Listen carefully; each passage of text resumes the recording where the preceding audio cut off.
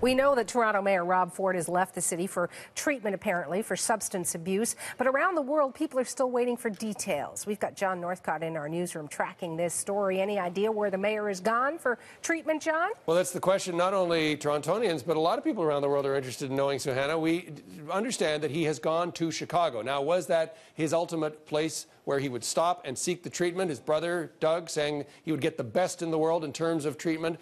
We do know that he flew out of a small airport here in Toronto, Buttonville Airport, flying to Chicago in a private plane. Why Chicago? The company, the family company, where they got all that money that people keep talking about the Fords having. Deco Labels have a factory there, and his brother, Doug, has a home there. Again, is that exactly where he's going to spend, as he said, 30 days? We don't know. We do know the Americans are very interested to the point where this is a graphic off of a CBS affiliate website in Chicago. There it is. They actually track his progress. They're calling it Ford Flight.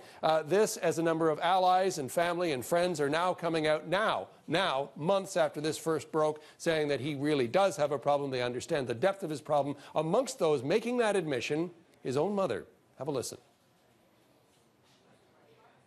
You know, I had no idea it was as serious as it was. But he doesn't live with me. So I don't know what he does every minute of every day.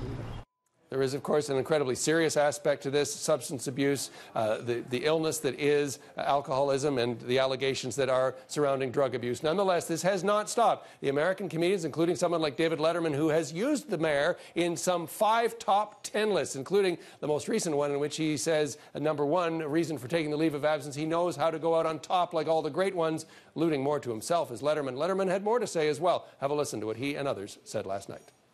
So now he goes to his crack dealer, his drug dealer, his crack dealer. He buys some crack, and the crack dealer videotapes him smoking crack. This is a sad state of affairs, ladies and gentlemen. This is really sad. If you can't trust your drug dealer...